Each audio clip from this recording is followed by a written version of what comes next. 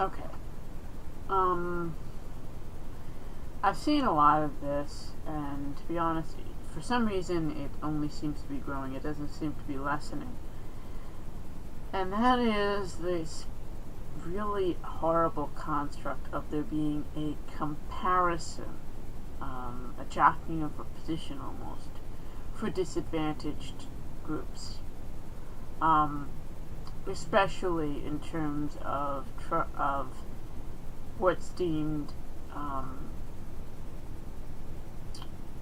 refugees of one kind or another, or coming home or something like that. But yeah, disadvantaged groups, and beyond the concept of racism and bigotry of all kinds, but just outright disadvantaged groups, which is to say, concept of disabled versus working poor versus sometimes it is indeed handy and sometimes it's not, is homeless, veterans, refugees, okay, elderly, senior and disabled are sometimes actually also put against each other in addition to in the same category, which is an interesting one.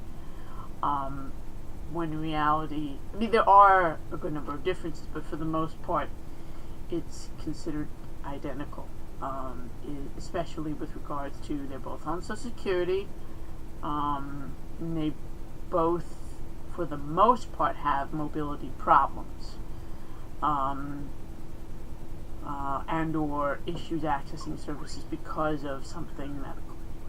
And again, in many instances, especially with regards to my joint conditions, it is similar to growing old prematurely, in terms of the concept of, with my Ehlers-Danlos syndrome, third type of mobility, I have early onset osteoarthritis. So even though, again, my skin probably makes me look a little younger than I actually am, in point blank, my joints are that of somewhere between, depending upon where, a 60 to 80-year-old in terms of average for the joint degradation. And so it's a real issue. But again, I haven't even hit 35 yet, so it's chronology wise, it doesn't add up. But nonetheless, because of the, in my hands, rather darn close to severe, or very least moderate osteoarthritis, a lot of different devices that would be used for elderly or adaptations are ones that I use now. So that's one of the things. But again, and keep in mind as well, is that often allocations of funds are completely separate streams, especially with regards to the concept of refugee versus homeless. In terms of homeless person that was born here, a refugee is also someone without a home. Okay. And not to say that I love the way either system works. To me, as I understand them, they're both an absolute mess. I mean, I know the homelessness system, and from what I hear about the refugee system, it's also kind of a disaster in some ways. The biggest one being is that, especially in terms of once they leave, they never know if they're going to make it out alive in terms of to their actual destination, or even what their destination is going to be. In terms of which country, let alone which region of which country. So, you're not even, but yeah, when you get to the concept of trying to compare all these different groups, it's an obscenity to kind of all of them at the same time. And to try and say a homeless vet or a veteran issue is, you're going to rank that higher or lower than someone who was born with a medical disability, or higher or lower than someone whose most of their family was killed off in a civil, in a war, in essence, that was really a matter of U.S. weapons and U.S. bombing runs destroying their home and or supporting people who did. And now we're taking in who's left of that family. And that's why, to me, in large regard, even though people say, oh, well, they're not our responsibility, they should take responsibility for themselves. Hey, it's the United States of America. Not that we as common citizenry chose this, but it's our country that made the bombs and, had these drones go after their homes. So in essence, we actually created them, made them refugees. So yeah, it kind of is our mess. So we should be, in that regard, helping them above and beyond the concept of humane thing. And even still, we don't treat in any way, shape, or form the homeless people humanely. Sorry, it's just, for the most part, it's just not done. For me, my husband's having to sit up in a metal chair, which is to say, sit up in an upright metal chair, and not being even allowed to take our feet off the ground and put them on a neighboring metal chair for 27 hours straight. Okay, we were allowed to get up and walk around, but we couldn't lay down. They didn't even turn off the lights, so we were dealing with lights for daylight as if it was daylight for those 27 hours.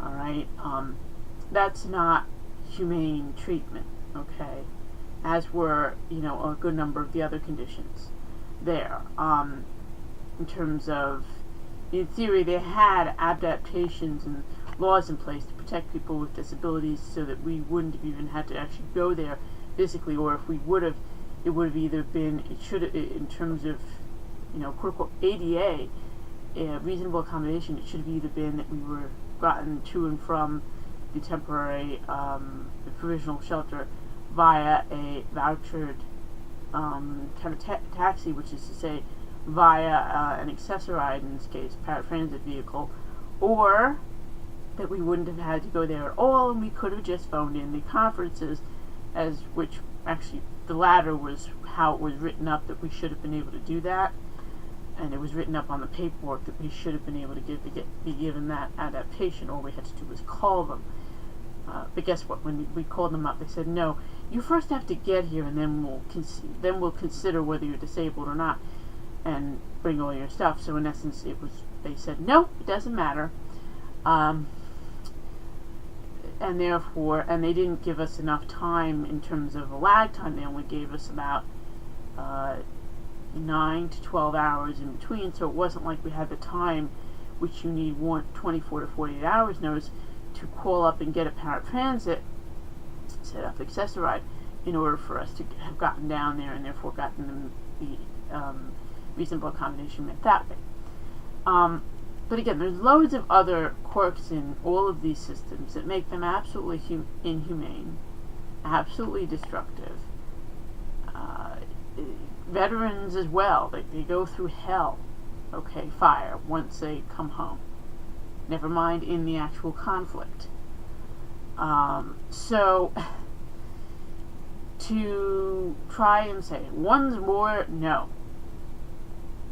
The veterans and the people that are the refugees, as was mentioned by someone that I've, seen writings of, they're in essence a circle.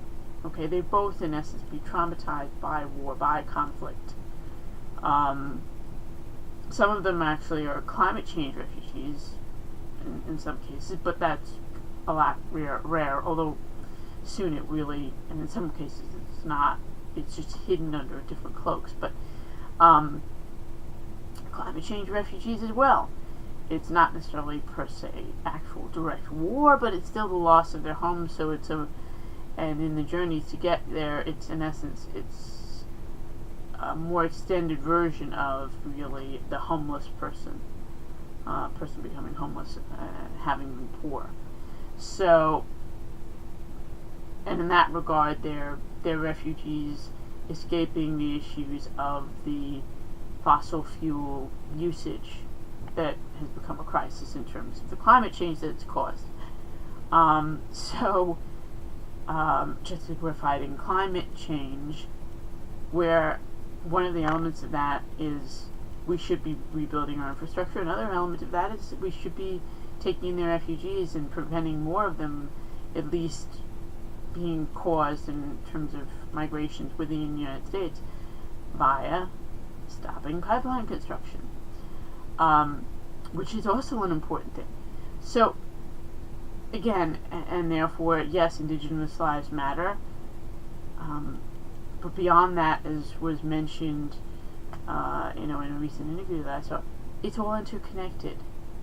Okay, which is to say, the Dakota Access Pipeline, if that is indeed completed, it's not just the indigenous people that are going to be killed off by this and get their ancestral burial grounds destroyed, which to some degree has already happened. They've been desecrated, and bulldozers and all that.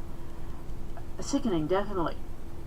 Again, I'm not trying to put them down at all, but I am saying that that if this is completed, it's not just going to kill off them and destroy their land. It's going to be killing off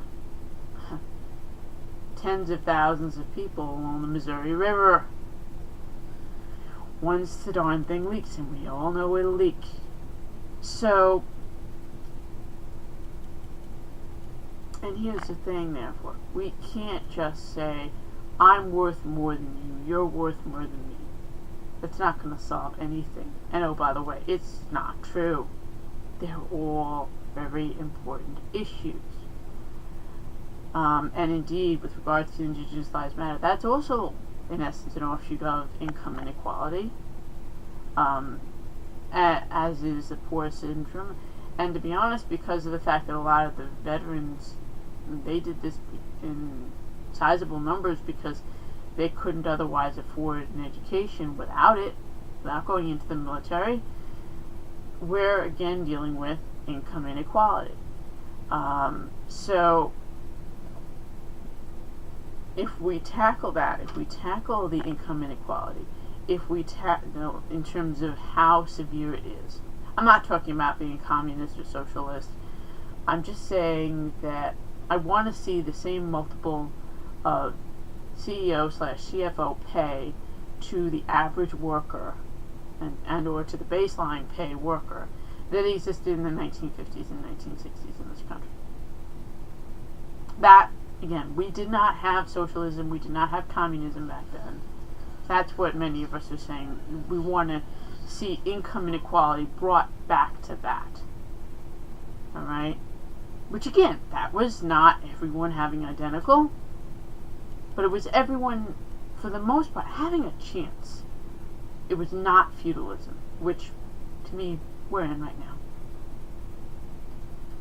This is a serf trying to get it through the heads of a lot of you folks. That a good number of you are at a higher level in terms of income, that you need to wake up to the fact that I don't consider it a competition, and a lot of folks of my ilk know better than to consider it a competition as well. So please stop, because you're not, I know for myself, you're not helping me, you're not honoring my struggle by saying, hey, you refugee, you shouldn't be here. What about the homeless? Or what about the disabled? What about them first? I've gone through hellfire, but my attitude is, if I see someone that I know that I've been told is a refugee, and there's any way I could possibly help them, my attitude is, come on over. Or let me know where they are, and I'll come on over and help them. You know, with what skills I have, with what knowledge I have, whatever I could do to help. Same thing with the veterans. This isn't a competition. So please stop trying to make it one. Because a lot of us know it ain't. Shalom.